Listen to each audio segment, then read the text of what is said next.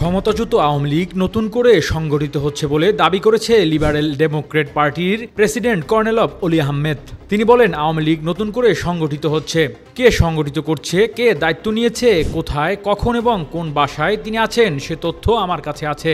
৫ December রাজধানীর মগবাজার এলডিপির কার্যালয়ে এক সংবাদ সম্মেলনে তিনি একথা বলেন। অলি আহমেদ বলেন, আমরা যদি মনে করি স্বৈরাচার বসে আছে, এটা সঠিক নয়। স্বৈরাচারদের প্রথম, দ্বিতীয় ও তৃতীয় স্তর পুলিশ এবং প্রশাসনে বসে আছে। এখনও স্বৈরাচারের দোসর বিভিন্ন প্রতিষ্ঠানে অবস্থানে রয়েছে।